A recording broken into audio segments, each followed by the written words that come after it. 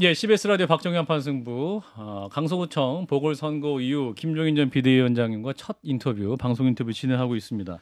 위원장님께서 방금 전에 이제 인요한 국민의힘 혁신위원장이 서대문구 출마 의사도 있는 것으로 나오고 있다고 해서 제대로 된 혁신할 수 있겠느냐 말씀하셨는데, 그러면 혁신하려면 서대문구 그 출마 의사도 없다 이렇게 본인 백의종군. 아니 그러니까 본인은 뭐 사실은 다 내려놓아야 된다니까 예. 뭐 그것도 아마 할 수 있을 거예요. 그러나 이제 아까도 말씀을 드렸습니다만은 좀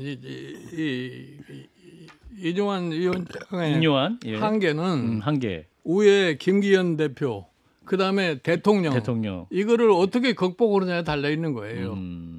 그래 이종환 위원장이 참 과감성을 발휘해서 자기가 어떻게 일성으로 얘기하는 대로 사실 부인과 무슨 자식만 빼놓고 싹 바꿔야 된다고 그러면은 예. 그 말을 제대로 실천을 하면은 뭔가가 나올 거예요.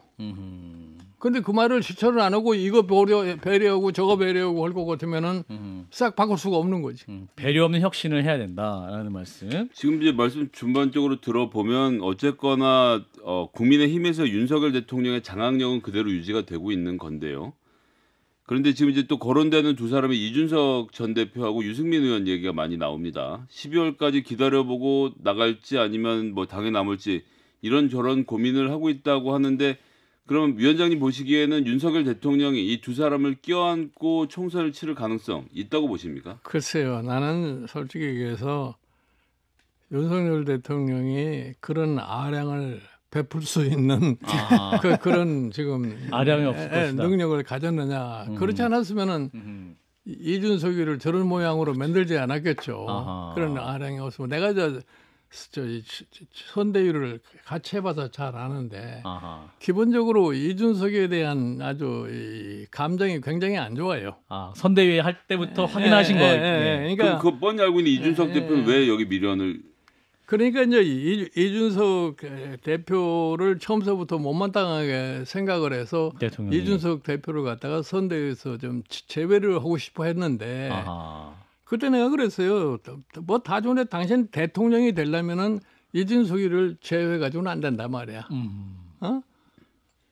그리고 심지어 나보고 왜 이준석이를 감싸고 도냐고까지 이렇게 얘기를 했는데. 당시 선대위 하실 때 지금 비사가 많이 나오고 있습니다. 결국 그래서 내가 선대위에서 빠져나온 다음에 국민의힘 의원총회에서 이준석이 제명을 하자고 거리로 탄핵하자고 그러지 않았어요. 예, 기억납니다. 그러다가 어느 날 오후 갑자기 뭐 젊은 보좌관들하고 회의를 하다가 그 사람들이 당신 이준석이 내쫓으면 우리도 당신 못 도와준다 하니까 그 얘기를 듣고 난 다음에 의원총회장에 가서 이준석이 껴안고 피는 물보다 진하다 하고서 갑자기 나타났죠. 맞아요. 기억납니다. 그래가지고서 대통령 선거를 치른 거 아니에요.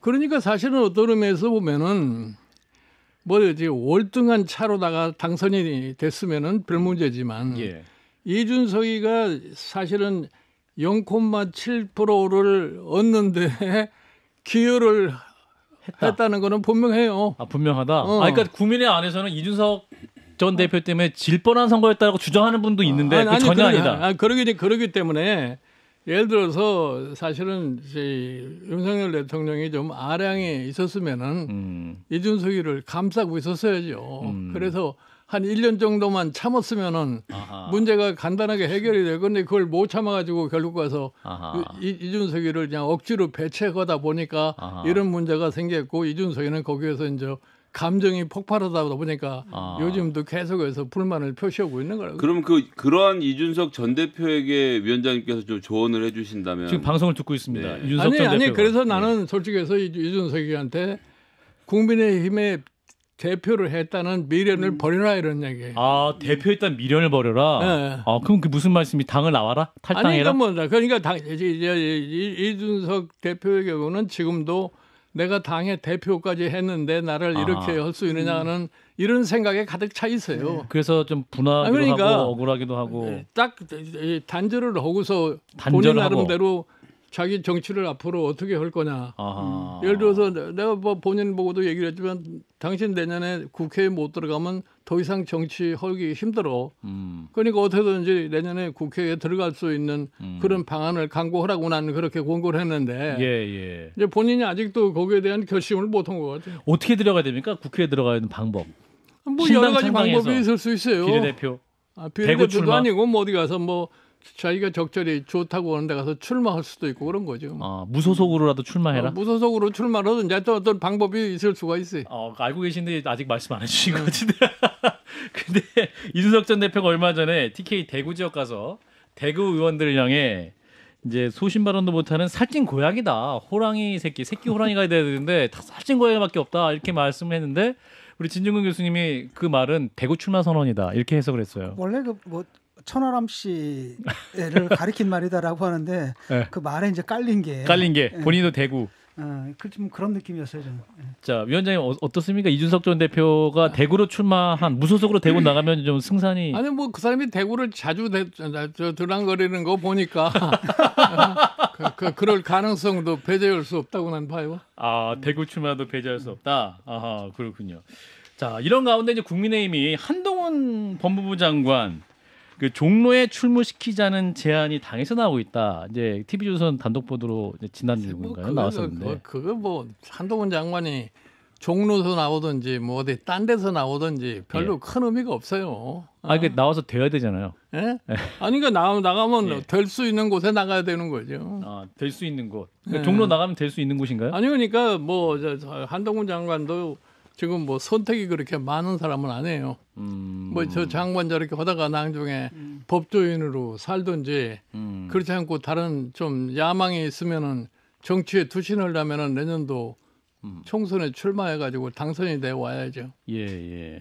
그렇군요. 근데 종로라고 하는 의미는 다른 말로 하면 국민의힘이 한동훈 장관에게 총선 지휘권을 넘기겠다는 이야기이기도 하지 않습니까? 한동훈 장관이 총선을 지휘한다고 그래서 총선이 잘 될 것 같아요? 몰라서 여쭤보는 거죠.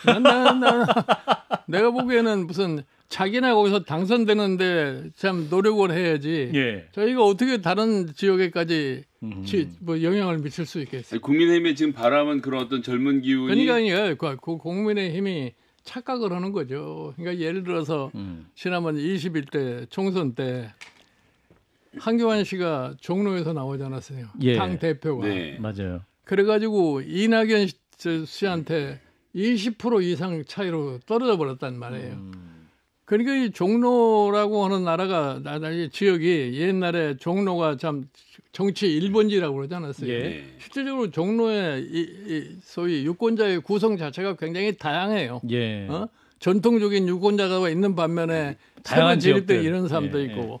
그래서 종로가 하나의 표본이 될 수 있다고 생각하기 때문에 종로 정도 얘기하지만 예. 종로 유권자가 그렇게 간단한 유권자가 아닙니다. 그러니까 뭐 아무나 갖다 놓는다고 된다고 되는 곳이 아니에요. 바꿔 말하면 한동훈 장관도 간다고 이렇게 호락호락한 적은 아닐 것이다. 이런 말씀. 그건 본인이 알아서 할 일이고. 알겠습니다. 그런데 뭐 다른 한편으로는 예. 뭐 당선이 될 만한데 가려면은 파괴력이 없지 않습니까? 이거 뭐 강남 같은 데 나가면은 아니 그러니까 강남 이런 데 가면 또 너무 치사해 보이잖아요. 치사해 보여. 자, 그래서 이준석 전 대표, 유승민 전 의원의 선택지 이제 언론에서는 이제 12월까지 두 분이 기다려보겠다 이렇게 말을 해가지고 12월이 지나면 이제 어떤 국민의힘 상황을 보고 어떤 또 선거법 개편 상황을 보면서 신당 창당하지 않겠느냐 이런 해석을 하고 있는데 뭐 신당이 이렇게 쉽게 창당이 되기가 어렵습니까? 가능하지 않을 거예요. 아니 지금 그래도 금태섭 의원, 양양자 의원은 힘을 합쳐서 제3당 구축하는 방향으로 그 사람들은 저 처음서부터 자기네들이 신당을 만든다고 한 두 사람이기 때문에 예. 서로 간에 따로 출발을 했지만 예. 뭐 힘을 한번 합쳐보자 그래가지고 요새 좀 서로 얘기가 잘 되는 것 같더라고요. 저는 다른 데 가서는 박사님께서 이준석 대표 손도 잡고 금태섭 의원 손도 잡고 해서 다 같이 모아줄 적임자다 이렇게 말씀드리는데 내가 왜 그 역할을 해요? 예. 저도 모르고 드릴 말씀입니다. 나는 그 역할을 절대로 안 할 거예요. 근데 왜 그 양양자 금태섭 전 의원들은 가능할 수 있지만 왜 이준석 유승민은 두 분은 창당이 어려울까요? 아까 어렵다고 창당하기 쉬운 거 아니다 이렇게 말씀하셨는데. 아니 뭐 창당이 뭐 12월 달쯤 가가지고서 새롭게 당을 맺는다는 게 그렇게 쉽지가 않아요. 쉽지가 않다. 제가 언론 보도를 보면 이제 우리 위원장님께서 양양자 의원에게 옆에서 도와줄 거다 열심히 해봐라 이렇게 말씀하셨다고 하고 또 금태섭과 함께해라 그리고 이준석을 합류시킬 것이다라고 기사가 써 있는데 이 기사 맞습니까? 그 사람들은 그 헛소리 내가 헛소리예요? 아니, 내가 양양자 의원이 날 찾아왔길래 내가 그랬어요. 예. 그저 뜻이 같으면은 힘을 합하는 것이 좋다고 내가 얘기를 했는데 뭐 금태섭 지금 전 의원이 하는 당이나 양양자 의원이 지금 만드는 당이나 지향하는 바가 거의 비슷해요. 아하. 내가 솔직하게 얘기하면은 그 사람들이 무엇을 하는 정당이라고 하는 것을 솔직하게 구체적으로 얘기를 안 해. 예?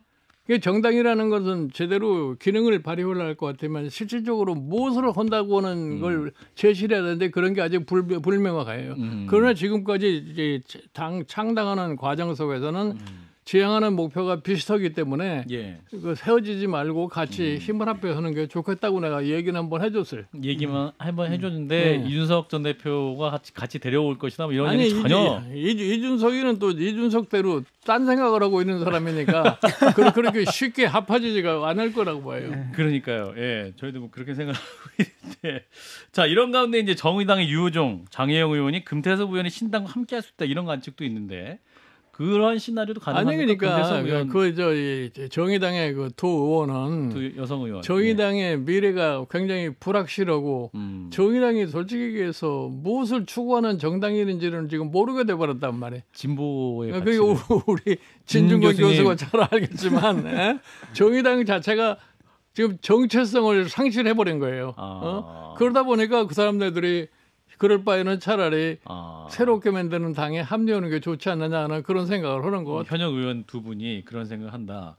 이제 이번에 이제 강서구 청장 보궐선거에서 국민의힘의 참패도 큰 이슈였지만 자세히 들여다보면 또 가장 위기가 바로 정의당이다 이런 얘기가 나오고 지도부 총사퇴해야 된다 이런 요구도 나오는 상황에서 이제 녹색당과 선거연합정당을 추진하기로 했다는 소식도 들립니다. 정의당이 내년 총선에서 뭔가 살아날 수 있는 전기를 마련할 수 있을까요? 아니 그러니까 정의당이 사실은 지난 문재인 정부 시절에 이 21대 총선과 관련해서 선거법 개정을 하는 그런 과정 속에서 뭣도 모르고 같이 동조를 했다가 결국 와서 실패를 한 거 아니에요. 그러니까 거기에서 당이 소위 민주당에 그냥 앞잡이로 하다가 민주당 앞잡이 아무 결과도 얻지를 못했으니까 정체성을 잃어버린 거죠. 그럼 그 이외에 어떻게 극복할 수 있을까요?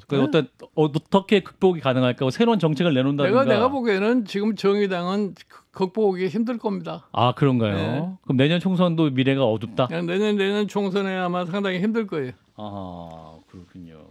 자 민주당 얘기를 좀 잠깐 해보겠습니다. 아까 잠깐 말씀하셨습니다만 이제 이재명 대표의 민주당, 그러니까 이재명 체제로 내년 총선까지 갈 가능성이 많아 보입니다. 위원장님 어떻게 판단하십니까? 뭐 지금 현재는 지금 이번에 강서 선거가 민주당의 승리로 끝나는 바람에 조금 내부적인 소위 충돌은 좀 어느 정도 좀 진정이 된 것 같아요. 아 그렇군요.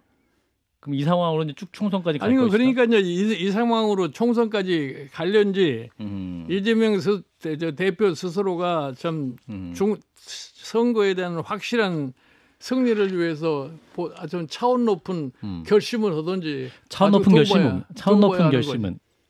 결심이란 뭘까요? 당 대표를 지금 내려놓는다. 뭐 그거는 이제 앞으로 지켜봐야 할 사항이라고 봐요. 그 얘기 그 말씀하시는 거죠. 직접 말씀하시는. 차원 높은 결정. 네?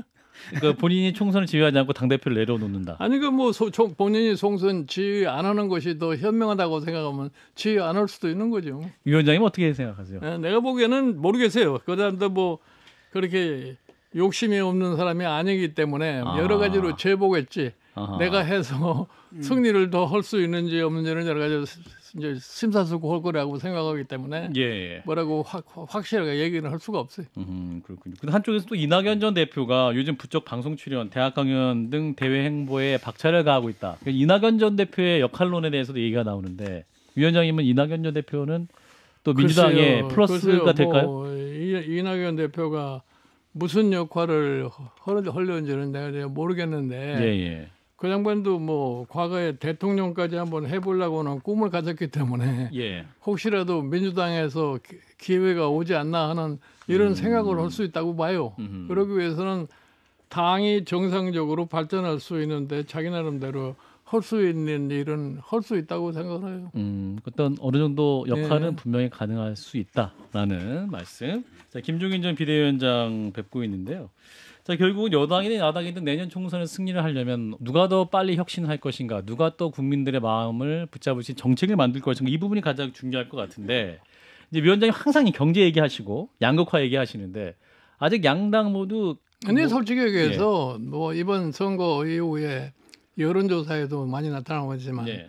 사실은 민생 문제가 제일 중요한 거라고요. 민생 얘기는 하거든요. 네, 근데 지금 이제 와서 그냥 급하니까 지금 뭐 민생 자꾸 얘기를 하는데 예.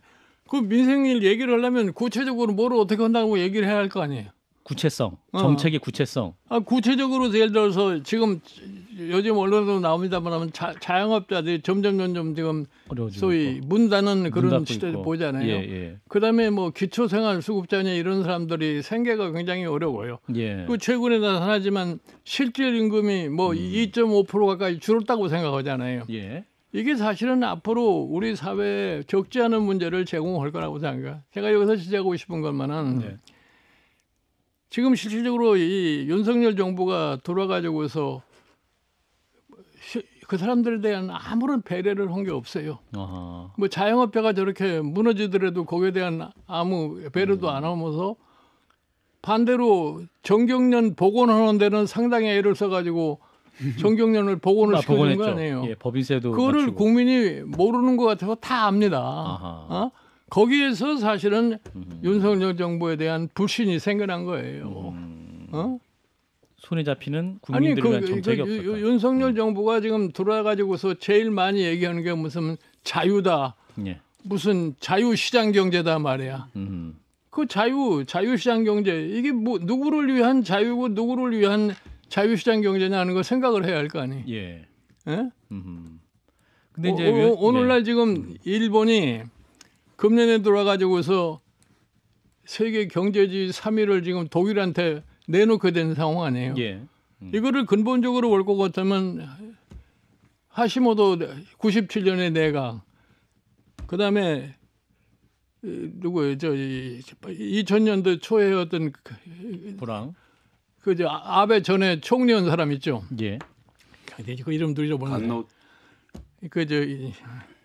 예, 아무튼. 그 사람 할 거 없이 전부가 다 아베 이르기까지 예. 전부 다 신자유주의적인 사고방식 가지고서 구조조정한답시고 해가지고서 예. 일본의 임금은 안 올라가고 기업의 이윤만 넘치다 보니까 일본의 지금 소비가 형편없이 내려가지고서 경기가 잘 제대로 금년에 조금 낮지만 그동안에 처질 수밖에 없게 된 거 아닙니까? 예. 그러니까 우리 이 경제정책이 지금 보면은 뭐를 지향하는 경제정책이라는 것이 지금 우리 윤석열 정부에서는 하나도 보이질 않아요. 민생 하는데 전혀 방향이 없다. 네. 근데 지금 이제 당장 정부를 보면 세수 부족이 심각하다 또 이렇게 얘기합니다. 그러니까 이제 걷어들일 세금을 제대로 못 걷었다. 이를테면 세수 예측액보다 60조 덜 거쳤다. 이런 그래서 이제 내년에 R&D 예산도 막 삭감하고 이런 상황인데 위원장님은 그러니까 세수가 부족하면은 예. 뭐 정부가 빚을 내서라도 국가가 해야 할 사업은 해나가야 되는 거 아니에요. 빚을 내서라도. 그 세수가 부족하니까 뭐든지 다 깎자. R&D 예산까지 깎아서. 근데 경제 정책이 될 수가 없어요. 근데 왜 깎죠 그러면? 아니 그 사람들은 무슨 뭐 흔히 얘기해서 건전 재정을 하기 위해서 예. 건전 재정을 하려면은 세입 내에서 세출을 해야 되니까 예. 세수가 안 들어오면 세출을 깎는 수밖에 없는 거죠. 뭐. 그런 데서 한 발 더 나아가서 지방교부금 같은 경우에는 그것과 상관없이 줘야 되는데 그것도 중앙정부가 임의대로 깎아서 내려주고 그런 줄 알고 또 지방정부가 쓰고 있더라고요. 지방 교부금이라는 것은 세수의 규모에 따라서 몇 %를 주기로 돼 있으니까 네. 세수가 안 들어오면 줄 수도 없는 거죠. 뭐. 근데 이제 뭐 저 사람들 논리는 근데 그게 뭐 국가 채무가 사상 최초로 1,100조를 돌파했다. 그리고 16개월 만에 100조 원이 더 늘어났다. 그래서 뭐 더 이상 확장 재정은 어렵다. 이렇게 또 얘기하거든요. 아니 그러니까 그거는 재정 운영에 대한 기교가 없어서 그런 소리를 하는 거예요. 기교가 없다. 재정이라는 게 더군다나 민주정부가 예. 재정을 갖다 지금식으로 운영을 해가지고는 선거를 못 이깁니다 절대로. 그 대통령이 추진한 그 의대 증원 정책 그거 의대 그 정원 아니 그러니까 지금 사실은 내가 당부하고 싶은 거는 예. 지금까지 나타난 여러 가지의 민심을 제대로 읽고서 거기에 민심에 합당한 정책의 방향을 갖다가 새로 수립을 해야 돼요. 그게 제일 중요한 혁신이라고 난 생각을 해. 근데 지금 이제 말씀하신 걸 들어보면 이제 재정을 좀 더 적극적으로 해야 되는데 추경호 경제부총리 하는 얘기를 들어보면 어떤 국가 재정 파탄에 대한 얘기를 국회 국정감사에서 굉장히 많이 말씀을 하던.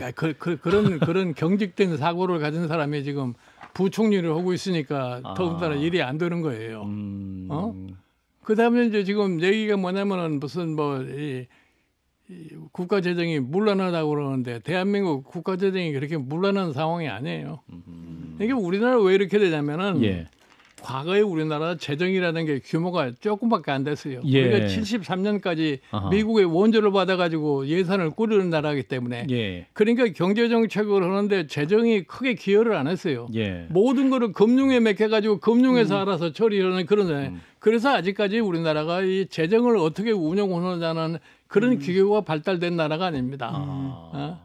그럼 기재부 관료들도 어떤 그런 재정 기교에 대해서 기재부 관료들도 그저 안 해본 거군요. 루틴하게 예산 편성할 때 전년 대비 몇 프로, 전년 대비 몇 프로 이런 식의 예산만 그렇죠. 편성을 해봤기 때문에 소위 예산을 기능적으로 어떻게 활용해야 하려는 그런 능력이 별로 없어요. 근데 그런 능력이 없는데 대통령께서는 기재부의 입만 바라보고 계시는 것 같은데 대통령은 누구 얘기를 지금 들어야 할까요? 대통령은 내가 우리 윤석열 대통령을 볼 것 같으면은 문재인 정부가 재정을 너무나 문란하게 해서 그렇죠. 국가 부채가 많이 늘었다는 이런 생각만 가지고 있는 거예요. 깜짝 놀랐다고 그러니까 거기에 반대되는 얘기를 하려고 그러니까 예. 건전재정 얘기할 수밖에 없고 그러니까 세출 축소하는 일밖에 다른 방법이 없는 거죠. 그럼 해결책이 없는 거네요? 그러면 뭐 추경 경제부총리 경질해야 되나요? 교체해야 됩니까 이번에? 아니 그러니까 뭐 나도 사실은 정부에 있을 적에 그런 문제에 대해서 얘기를 해봤지만 예. 우리나라에 사실은 이 재정에 대한 근본적인 변화를 갖다가 제대로 해본 적이 없어요. 예, 그런 부분에 있어 좀 더 유연하게 대처를 해야 된다라는 말씀까지 듣겠습니다. 자, 오늘 긴 말씀 또 정부의 큰 약이 되기를 바라봅니다. 함께해 주시면 김종인 전 국민의힘 비대위원장이었습니다. 고맙습니다, 위원장님. 네, 고맙습니다. 좋아요, 구독, 알림 설정.